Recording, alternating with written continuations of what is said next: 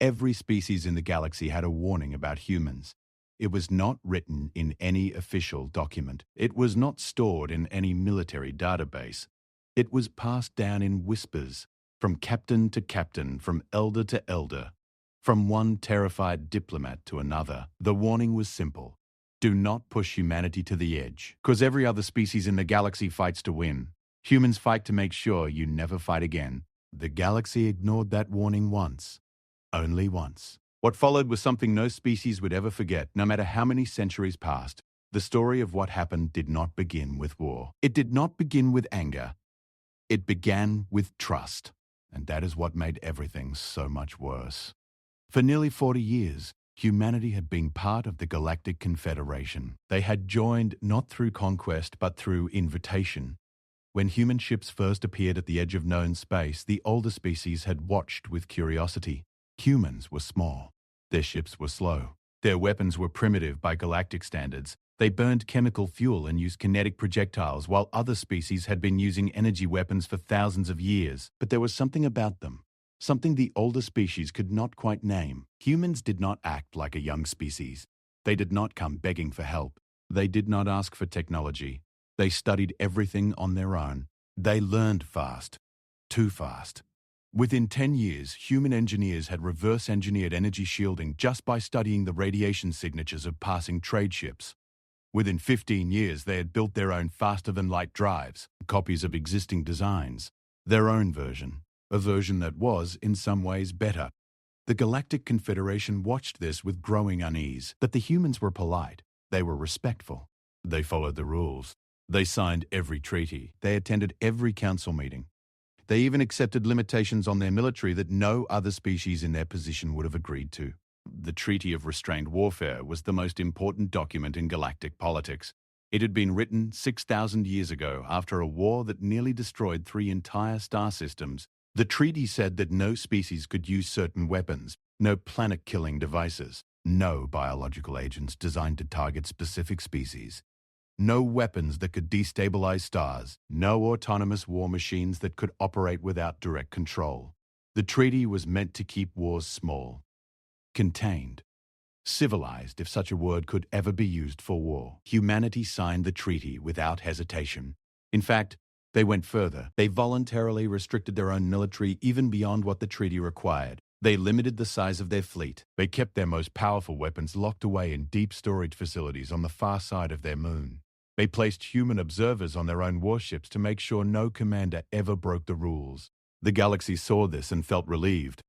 Humans were dangerous learners, yes, but they were willing to play by the rules. They were civilized. Ambassador Elena Vasquez had spent her entire career building that trust. She was 62 years old, silver-haired, sharp-eyed, and she had dedicated 30 years of her life to proving that humanity belonged in the galactic community. She had negotiated 17 trade agreements. She had resolved 4 border disputes without a single shot being fired. She had once talked a Dravari warfleet into standing down just by sitting in a room with their admiral for 9 hours, talking calmly, never raising her voice, never making a threat. She believed in diplomacy the way some people believed in gravity. It was not optional. It was the fundamental force that held civilization together. On the morning that changed everything, Elena was sitting in her office on the human diplomatic station above the planet Verath. She was reviewing a trade proposal from the Corvani Republic, a mid-level power known for their excellent shipbuilding. The proposal was fair, maybe even generous. She made a note to accept it with minor modifications and reached for her coffee. Her aide, a young man named Daniel Park, walked in with a datapad. His face was pale. His hands were shaking. Elena noticed immediately. Daniel was former military. He did not shake easily. "Ambassador," he said. His voice cracked on the word. Elena put down her coffee. What happened?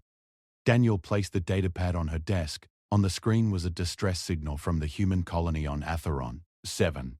Atheron. 7 was a small world on the outer edge of human territory. It was not a military target. It was not even a particularly important colony. It had a population of roughly 180,000 people, mostly farmers, families, children.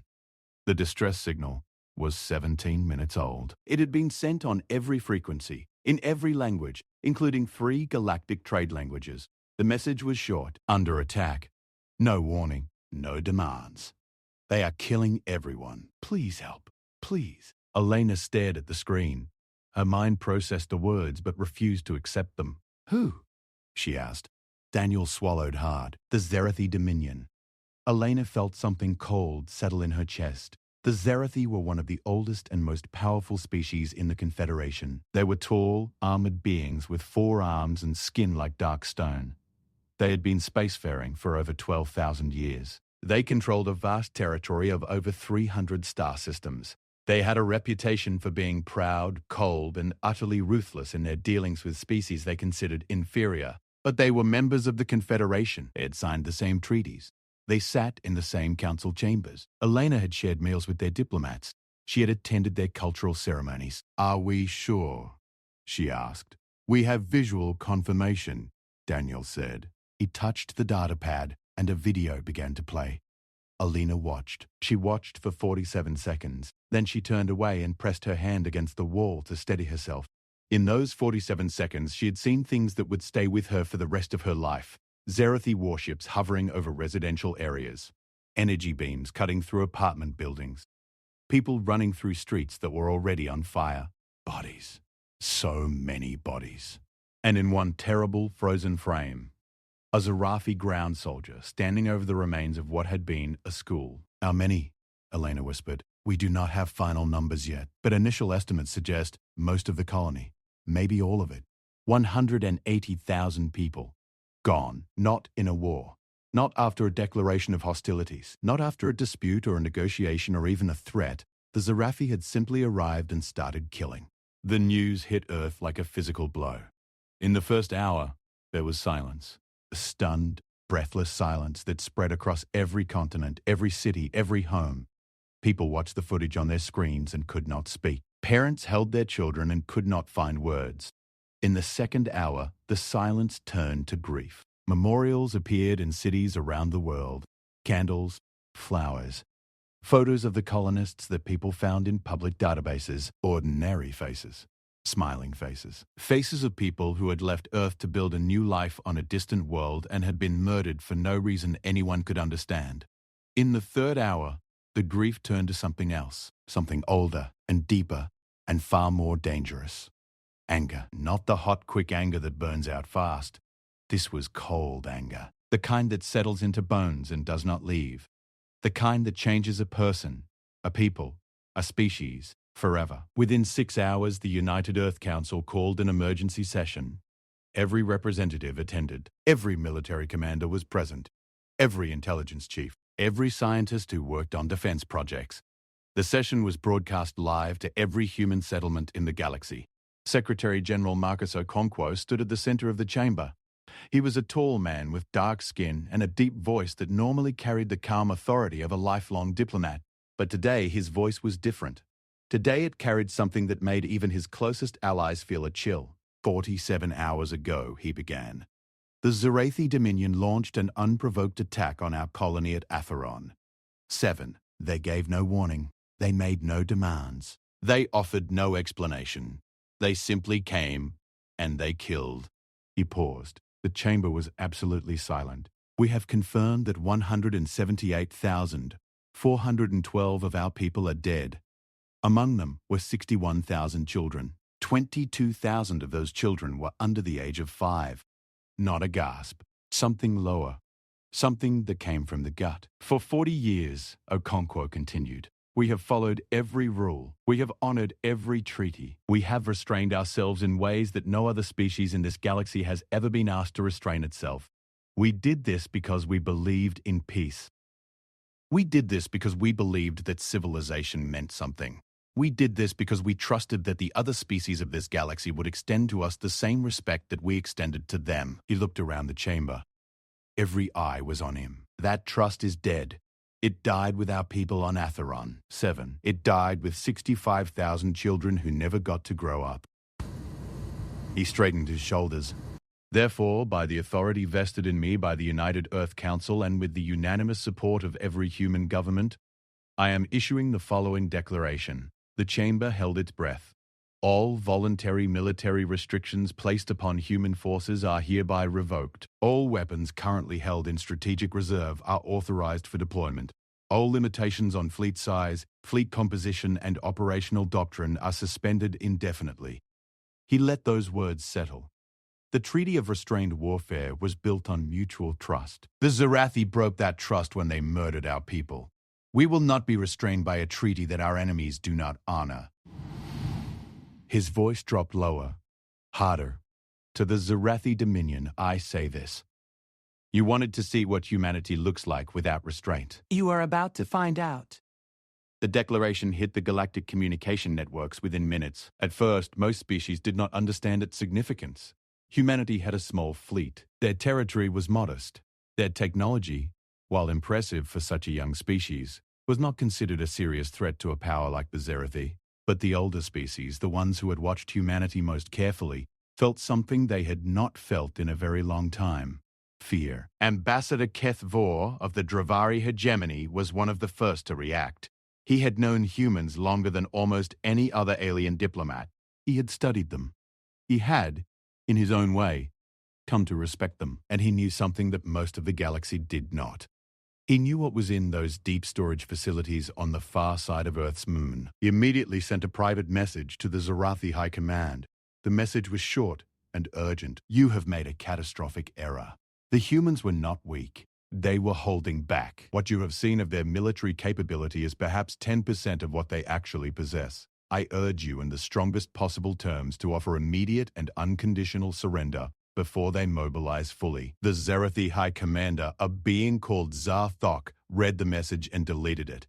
He had fought wars for 200 years. He had crushed species far older and more powerful than humanity. He was not afraid of a young species that burned chemical fuel a few decades ago. That was his first mistake. It would not be his last. On Earth, the mobilization began, and the galaxy was about to learn something that would change the balance of power forever. The deep storage facilities on Luna were not what anyone expected.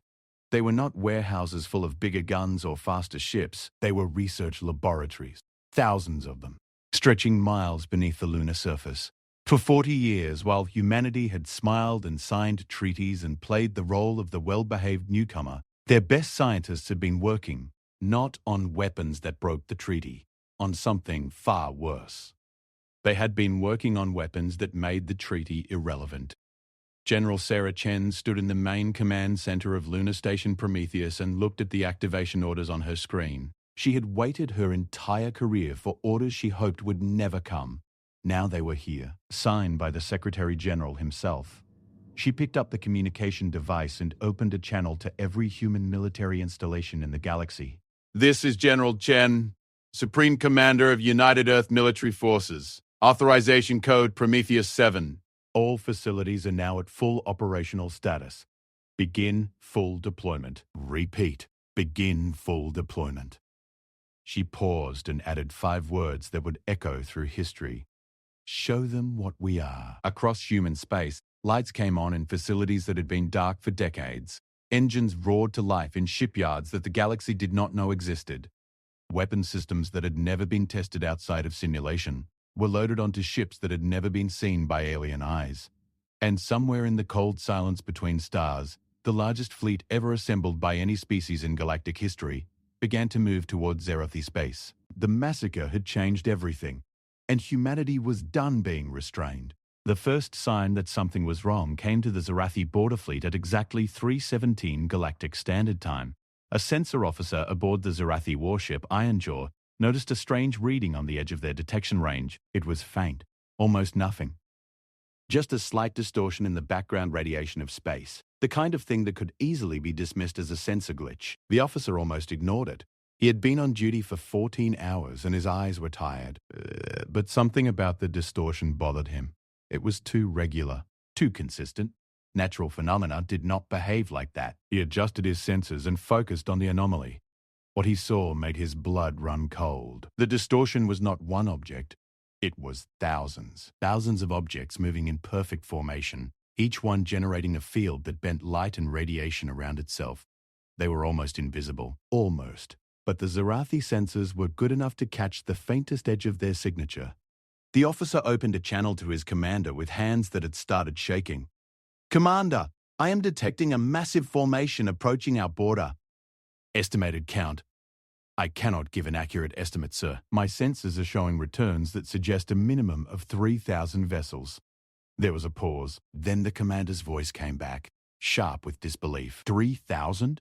The humans do not have 3,000 ships. Our intelligence reports place their total fleet at 400 vessels.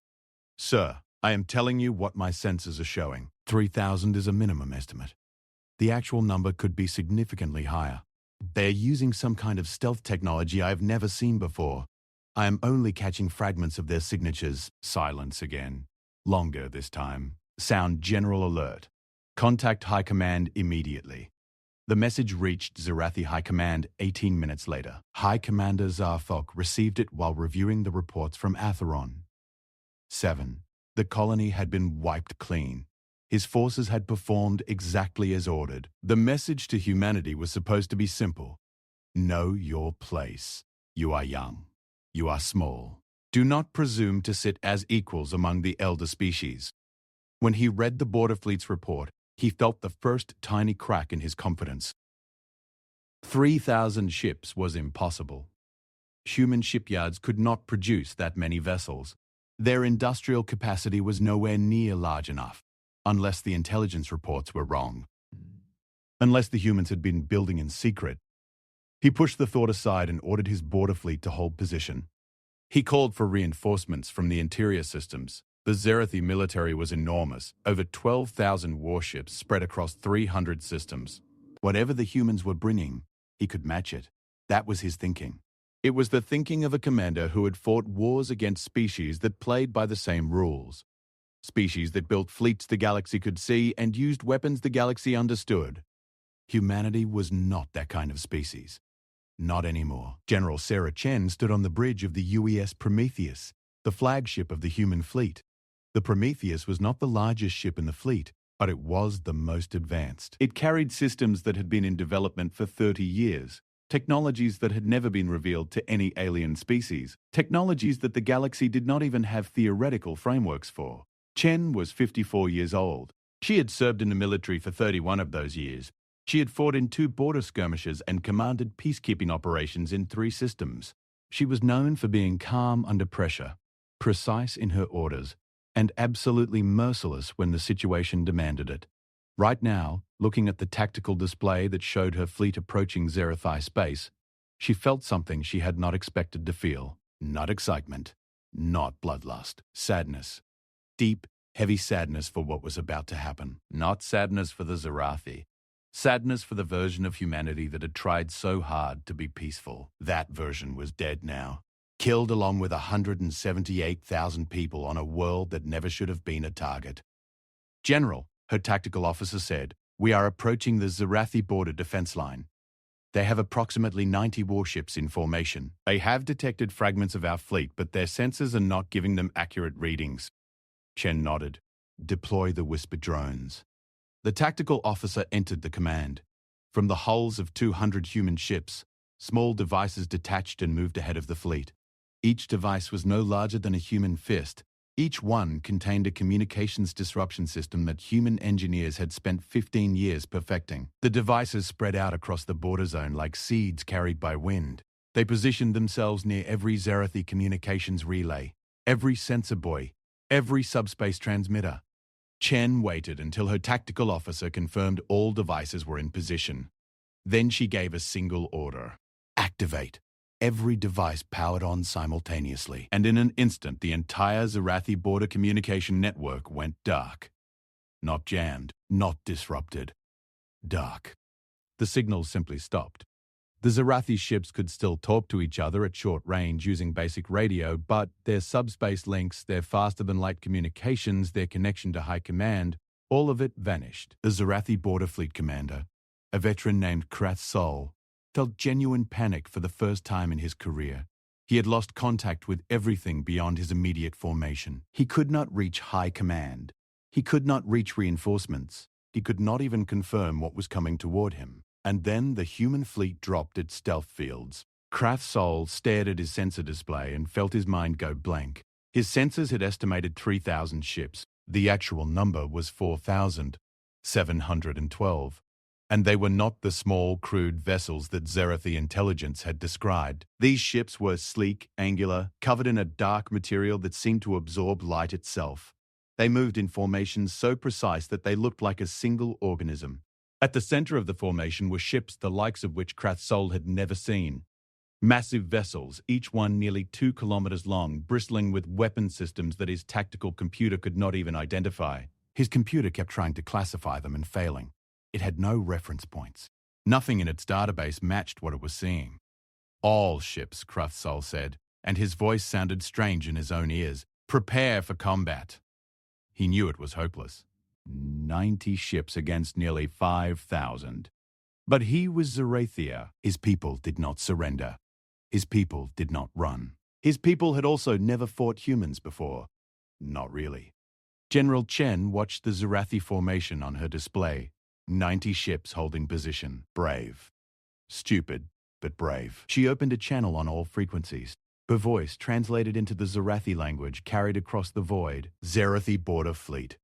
This is General Sarah Chen of the United Earth Military. You have one opportunity to power down your weapons and withdraw from this sector. If you do not comply within the next 60 seconds, we will open fire. There will be no second warning. Krath'Sol heard the message. He knew the numbers. He knew the math. But he also knew his duty. Human fleet, he responded. This is Commander Krath'Sol. The Zerathi do not surrender. Chen closed her eyes for exactly 1 second. When she opened them, all emotion was gone. Understood. All ships, weapons free. What happened next lasted exactly 94 seconds. The human fleet fired weapons that the galaxy had never seen. They were not energy beams. They were not missiles. They were something else entirely. Concentrated bursts of destabilized space-time that crossed the distance between the fleets at speeds that made light look slow. The bursts did not damage the Zerathi ships in the traditional sense. They did not burn through armor or overload shields. They simply unmade the matter they touched. Wherever a burst struck, the atoms that made up the Zerathi ship hulls lost their cohesion. Steel and composite and ceramic simply fell apart into clouds of disconnected particles. In 94 seconds, 90 Zerathi warships ceased to exist, not destroyed. Dissolved. General Chen watched the tactical display clear and felt nothing. She had expected to feel satisfaction, or at least grim determination. She felt empty. Send a drone to record the aftermath, she ordered. Make sure every particle cloud is documented. Then transmit the recording to every galactic communication network. I want every species in this galaxy to see what just happened. The recording reached the Galactic Confederation headquarters within 2 hours. It was viewed by representatives of over 400 species. The reaction was unlike anything the Confederation had experienced in its entire history. Species that had been spacefaring for 10,000 years sat in stunned silence. Military commanders who had won dozens of wars stared at their screens and could not process what they were seeing. Physicists immediately began analyzing the weapon signatures and reached conclusions that terrified them. The humans had developed a weapon that attacked the fundamental structure of matter itself, not with energy, not with force, with a manipulation of quantum reality that should not have been possible. Ambassador HFY of the Dravari sat in his quarters and watched the recording 3 times. On the third viewing, he noticed something that made the situation even more frightening. The human ships had fired at perhaps 5% of their total weapons capacity. The power readings from the engagement showed that the vast majority of human weapon systems had not even been activated. They had destroyed 90 warships using a fraction of their capability, like a giant swatting insects with one finger, while keeping the rest of its hands still. HFY drafted another message to the Zerathi. This time, it was not a suggestion. It was a plea. High Commander Zarthok, I have reviewed the recording from your border engagement. Your border fleet was eliminated in under 2 minutes by a human force that was not operating at full capacity. I have analyzed their weapon signatures and I believe they possess capabilities that exceed anything in our combined military arsenals.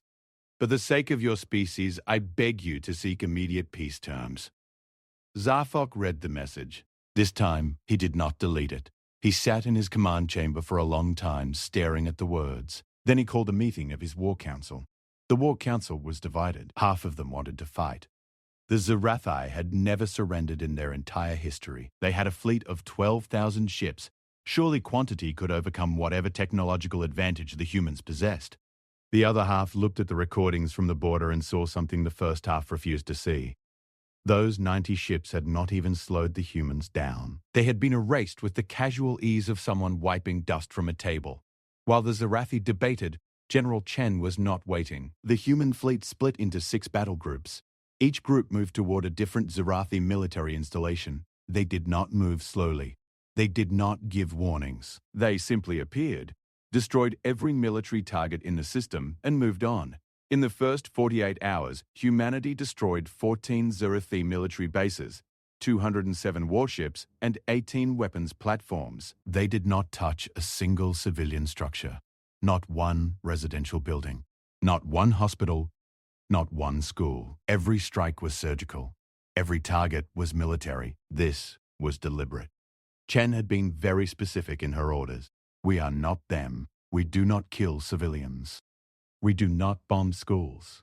We destroy their ability to wage war and nothing else. Any commander who violates this order will be court-martialed and imprisoned for the rest of their natural life. The precision of the human attacks was almost as terrifying as the weapons themselves. Other species waged war with broad strokes. They bombarded entire planets. They targeted infrastructure. They accepted civilian casualties as an unavoidable part of conflict. Humans did none of this. They identified every military target with impossible accuracy and eliminated it while leaving everything else untouched. In one engagement, a human ship destroyed a Zarathi weapons factory that was located in the middle of a densely populated city. The factory was reduced to particles. The buildings on either side of it were not scratched. The message was clear. We can kill everything. We choose not to. Be grateful for that choice. On Earth, the public watched the progress of the campaign with grim satisfaction. There were no celebrations, no parades, no cheering crowds. People watched the footage of Zarathi military bases dissolving into nothing and nodded quietly. This was not joy. This was justice.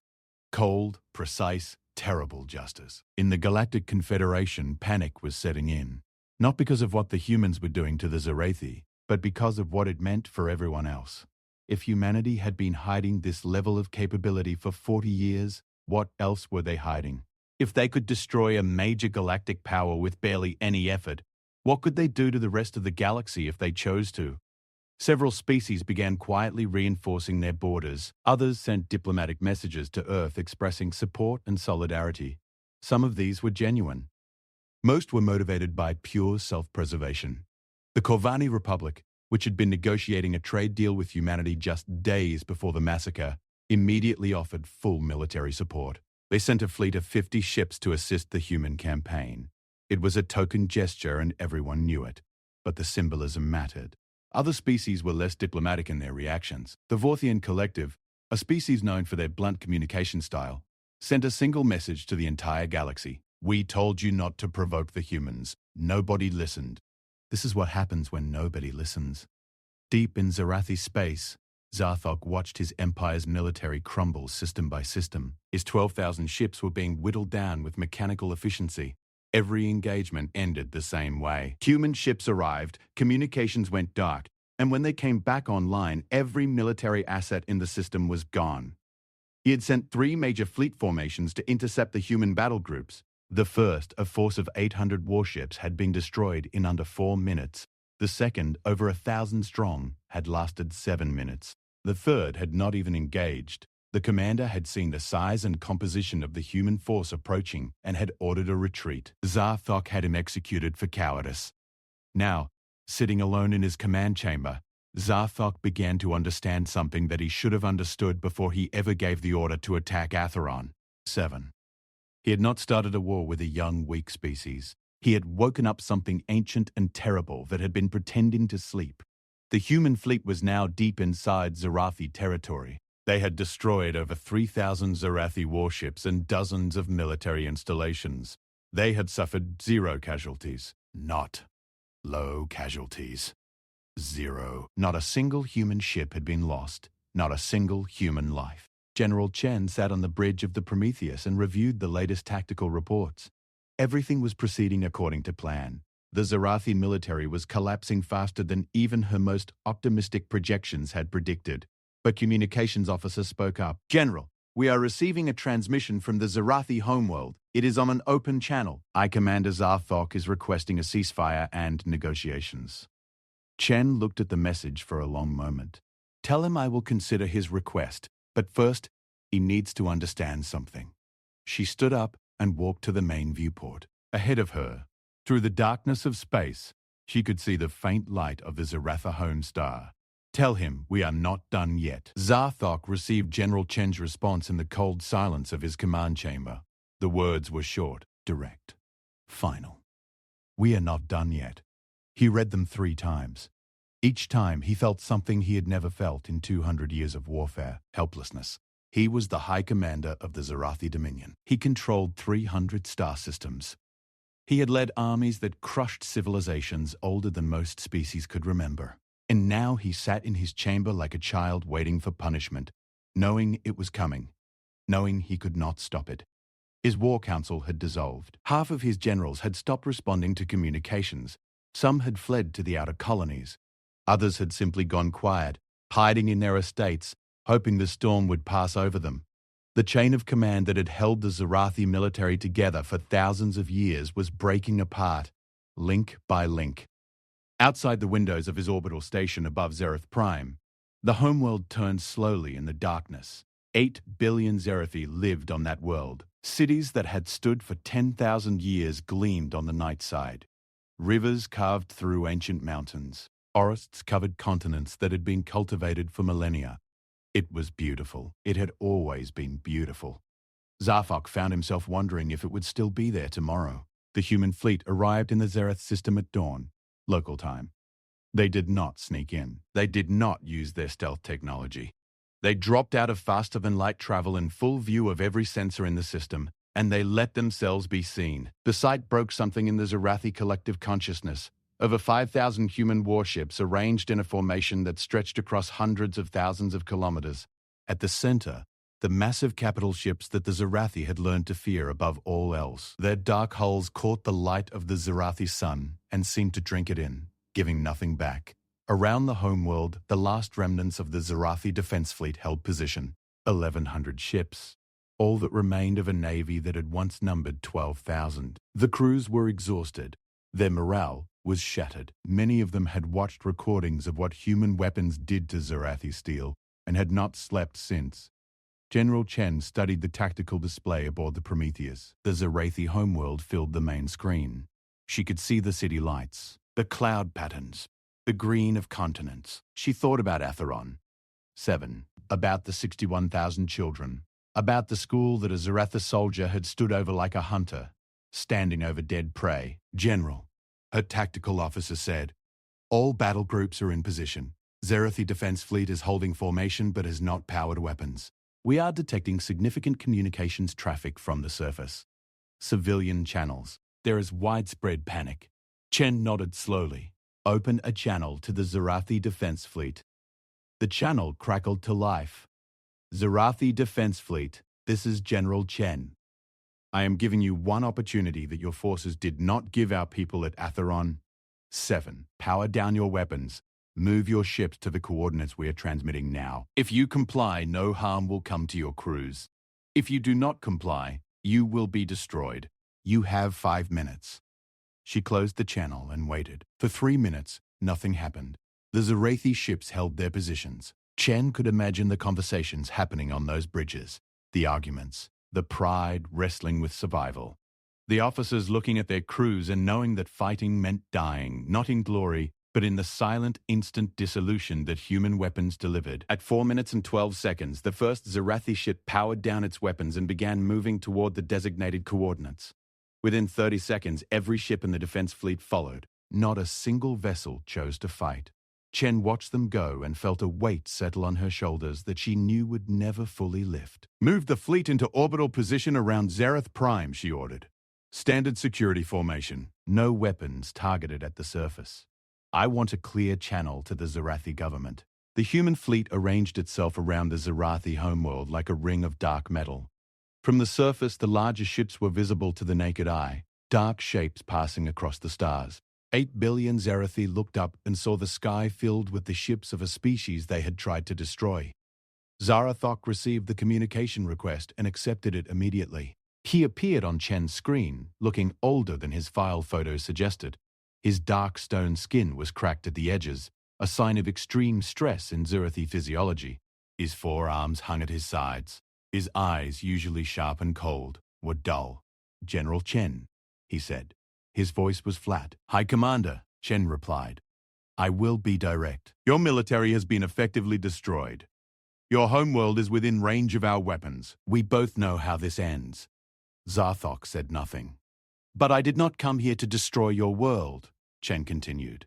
"I came here to make sure you understand what you did, and to make sure it never happens again." Zarthok's expression shifted slightly. Surprise. He had expected demands for surrender. Territory, resources, reparations. That was how wars ended in the galaxy. The winner took what they wanted from the loser. "What do you want?" he asked. "I want you to explain something to me," Chen said. "I want you to tell me why you attacked Atheron. 7. I want to understand why you murdered 178,000 civilians, including 61,000 children, without warning, without provocation." When he finally spoke, his voice was barely above a whisper. "You were growing too fast. Your species learns faster than anything we have ever encountered. In 40 years, you went from chemical propulsion to faster-than-light travel. You developed technologies that our best scientists cannot understand. Every year, the gap between your capabilities and ours grew smaller. Some of my advisors believe that within another 50 years, humanity would surpass every species in the galaxy." He paused. "Atheron 7 was meant to be a message, a reminder that you were still young, still small, still vulnerable. It was meant to keep you in your place." Chen stared at him through the screen. Her face was expressionless, but behind her eyes, something burned. "You killed 60,000 children to send a message about your place in a hierarchy," she said. "Yes," Zarthak replied. There was no defiance in his voice, no justification, just the flat admission of a being who had finally seen the full weight of what he had done. "That hierarchy is over," Chen said. "Here are our terms." She transmitted a document that the United Earth Council had prepared. It was not a peace treaty in the traditional sense. It was something new, something the galaxy had never seen before. The terms were precise. The Zerathi military would be reduced to a purely defensive force, limited to their home system. All offensive weapons would be surrendered or destroyed under human supervision. Every individual directly involved in the planning and execution of the Atheron 7 massacre would be surrendered to a joint tribunal for trial. The Zerathi government would fund and maintain a permanent memorial on the site of the colony, and every Zerathi school would be required to teach the full, unedited history of what happened there. But the terms also included something unexpected. Humanity would not take Zerathi territory. They would not demand resources or tribute. They would not occupy Zerathi worlds. They would not install a puppet government. The Zerathi people would remain free to govern themselves within the boundaries of the agreement. Zarthok read the terms and could not hide his confusion. "You could take everything from us. You could reduce our civilization to rubble. Why are you showing restraint?" Chen leaned forward slightly. "Because restraint is not weakness, Zarthok. That is the lesson you failed to learn. We restrained ourselves for 40 years not because we were afraid. We restrained ourselves because we understood something your species never has. The true measure of power is not what you can destroy. It is what you choose not to destroy. We could burn your homeworld to glass right now. We have the capability. Every person on Earth would understand if we did. After what you did to our children, nobody in the galaxy would blame us." Her voice hardened. "But we will not. Because we are not you. We do not murder civilians to prove a point. We do not kill children to maintain a hierarchy. And that, High Commander, is why we are stronger than you will ever be." Zarthok signed the surrender terms 6 hours later. The document was witnessed by representatives of 47 galactic species who had been invited to observe. The ceremony was broadcast across the galaxy. When the signing was complete, General Chen did something that surprised everyone watching. She walked across the chamber to where Zarthok sat and stood before him. The Zerathi towered over her, even seated. His massive frame could have crushed her with a single movement of his forearms. She looked up at him and said, quietly enough that only the nearby microphones caught it, "I want you to know that I take no pleasure in this. I wish none of it had been necessary. But you left us no choice." Then she turned and walked away. The aftermath of the war, if it could even be called a war, reshaped the galaxy in ways that nobody had anticipated. The Galactic Confederation held an emergency session to discuss the implications of what had happened. The session lasted 17 days. It was the longest continuous session in the Confederation's history.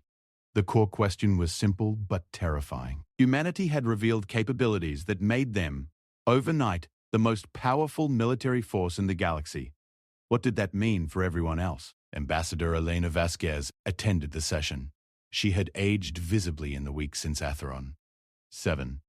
Her silver hair seemed thinner, the lines around her eyes were deeper.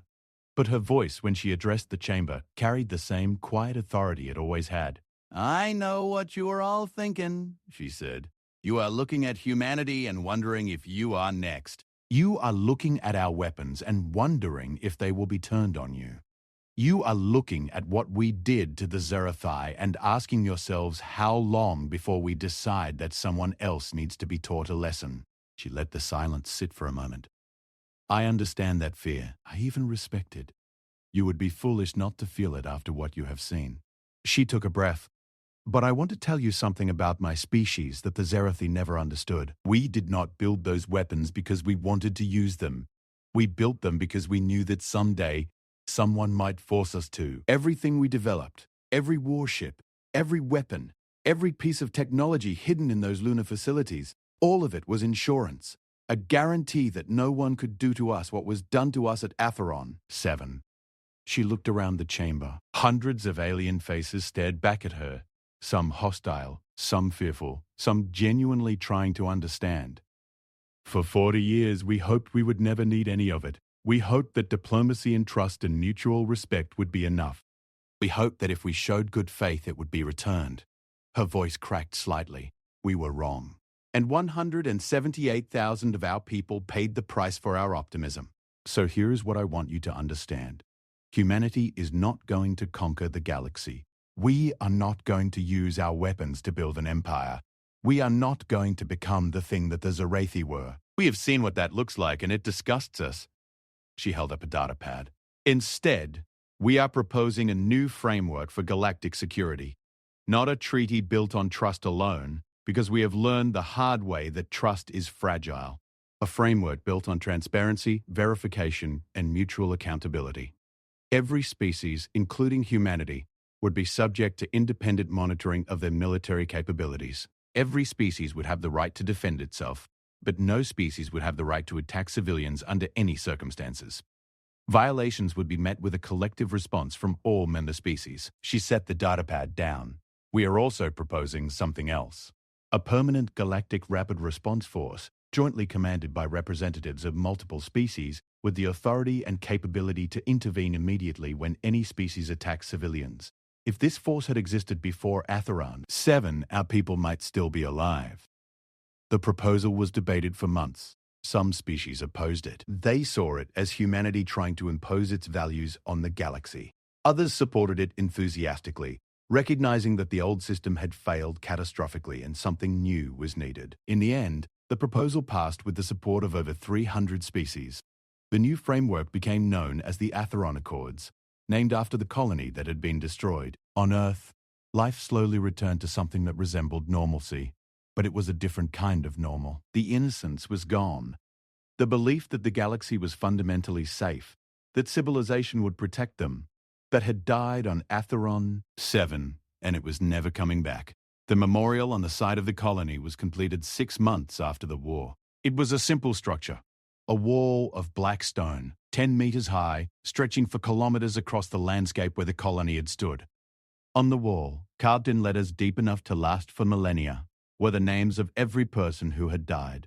All 178,412 of them. At the center of the wall, at the exact spot where the colony's school had been, there was a smaller monument, a circle of white stone with the names of the 61,000 children. Beside each name was their age. General Chen attended the dedication ceremony.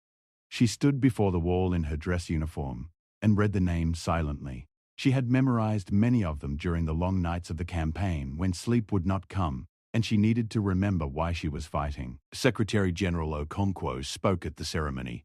His words were simple. "We did not choose this. They did. We asked only to be left in peace, to grow, to learn, to build alongside the other species of this galaxy as equals and partners. That dream was taken from us in fire and blood." He gestured to the wall behind him. "These names are our reminder, not of what was done to us, but of who we lost. Mothers and fathers, sons and daughters, teachers and farmers and dreamers, people who left Earth hoping to find a new home among the stars." His voice thickened. "We honor them not with anger, though we have earned the right to be angry. We honor them by building the galaxy they would have wanted to live in. A galaxy where no species has the power to do what was done here. A galaxy where every child of every species can grow up without fear." He paused. "That is the promise we make to the dead, and it is a promise we will keep, no matter what it costs." In the years that followed, humanity changed. They did not become conquerors. They did not become tyrants. But they also never went back to being the quiet, polite newcomers who signed every treaty and kept their weapons locked away. They became something else, something the galaxy had never seen before. A species that was simultaneously the most powerful and the most restrained. A species that could destroy any civilization in the galaxy, but chose instead to protect them. A species that had looked into the abyss of its own rage and pulled back, not because it lacked the strength to fall, but because it had the strength not to. Other species struggled to understand this. Power in galactic history had always led to expansion, to domination, to empire. Every species that had achieved military supremacy had used it to conquer. It was considered a law of nature, as inevitable as gravity. Humanity broke that law. And in doing so, they earned something that no amount of military power could have given them.